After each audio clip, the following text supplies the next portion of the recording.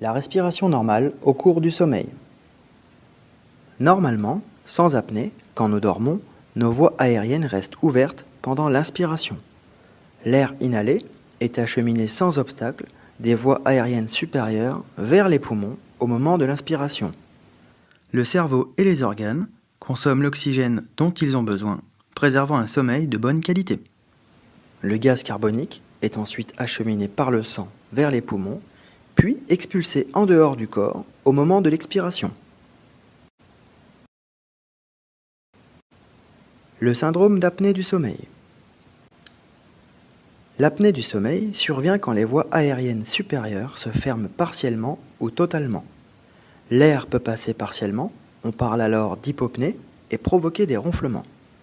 Quand l'air ne passe pas du tout, on parle d'apnée obstructive. Les poumons et le cœur forcent, entraînant des efforts respiratoires de plus en plus importants et un stress cardiovasculaire. La concentration de gaz carbonique augmente, on parle d'hypercapnie, pouvant provoquer des sueurs.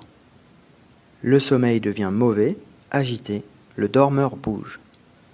Le cerveau, informé du manque d'oxygène, s'alerte. On parle de micro-éveil, puis se réveille, interrompant le sommeil. Ces réveils permettent d'ouvrir les voies aériennes pour reprendre son souffle. Il s'agit alors d'hyperventilation, accompagnée de ronflements parfois très puissants. Puis le sommeil revient jusqu'à la prochaine apnée. Ces éveils courts ne sont généralement pas ressentis, mais parfois, le dormeur se réveille en sursaut avec la sensation très pénible d'étouffer. Ces réveils fréquents peuvent amener le dormeur à aller souvent aux toilettes la nuit, parfois plus de 5 fois par nuit. Le cœur fait un effort supplémentaire pour acheminer au plus vite l'oxygène dans le corps, ce qui provoque une hypertension artérielle. Quelles sont les conséquences des apnées du sommeil ?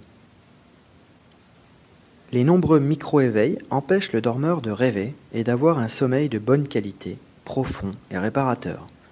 Le cerveau est mal oxygéné la nuit, ce qui peut engendrer des maux de tête ou un esprit embrumé quand le dormeur se réveille. Mais ce n'est pas tout.